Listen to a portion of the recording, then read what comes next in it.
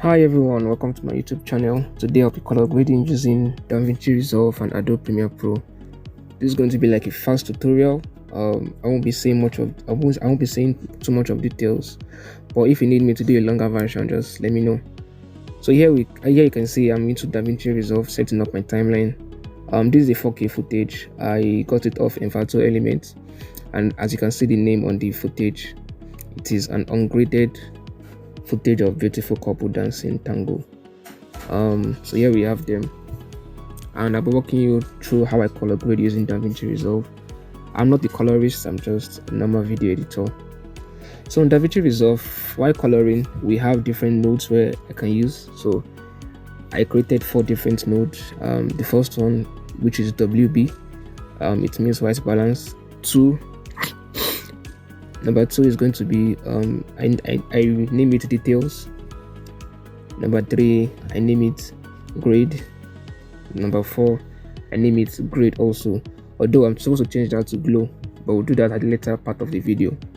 So here I'm using the white balance. I'm going to white balance using the man's white shoe. If you are into video editing, you know what that means. Basically I'm trying to balance the video footage. So details part, I try to make some little adjustments trying to increase saturation, boost the color boost, decrease the offset. I also reduce the gain and increase the contrast. I also reduced a bit of the highlight so that it could make it not too bright. I go to the color wheel section whereby I have dark, shadow, light and global, and I'm trying to make some adjustments to it. It's all about trying to look what works for you, and while you're doing that, you should have to look at the right part of the video whereby we have the waveform, the vector scope. Sorry about that. So the vector scope has to do with the colors of the images. We have to make sure that that shining, that glowing light has to be in the middle. So on grading parts, the grading node, I go to curves, I increase it, I increase the highlights, I put the midtone on the middle, and while I decrease the shadows. So in this part, we have to make the curves look like an S kind of shape, as you can see on the video. So I go to my hue versus saturation, and I'm trying to make the face trying to boost the color of their faces. So I use the picker tool to pick the color of the face, and I try to increase it using the hue versus saturation. So when I'm done with that, I see whether it's okay, and then I move on to the next thing. I go back to the details. I try to make some little adjustment also using the lights, shadow, dark and global. Like I said, I'm not a colorist. This is just what works for me, and I hope you'll be able to get something from it. So I've done the white balance, I'm going to details, and then I've done the grid. Then I move to the glow.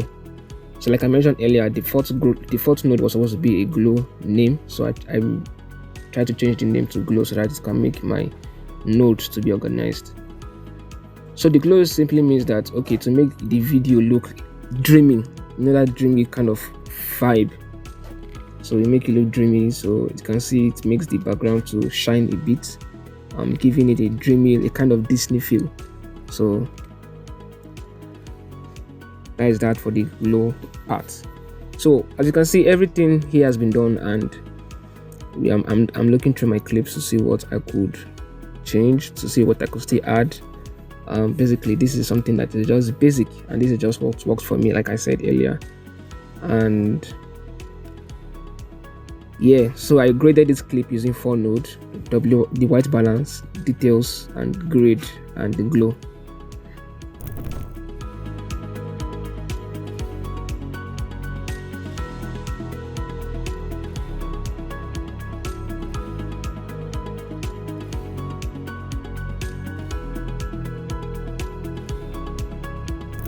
So I open my Adobe Premiere Pro, and we are editing the same video on Premiere Pro.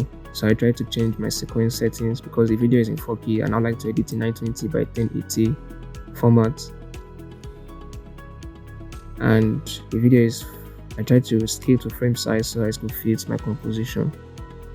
So we move to the color section, whereby we have different settings that we can use. So I first start off as usual, like the first step, white balance. After white balance, my flip using the white color of the man's shoe,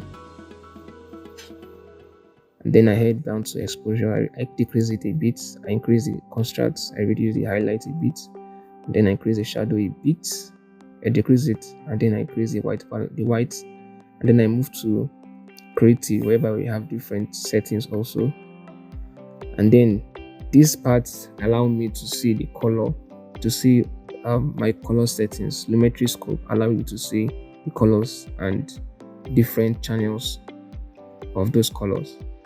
So in my creative, I increase the vibrance a bit, I increase the saturation, and then as you can see before and after, I move to curves. The same settings I did initially on DaVinci, I make my curve to be in a S format shape, to look like an S.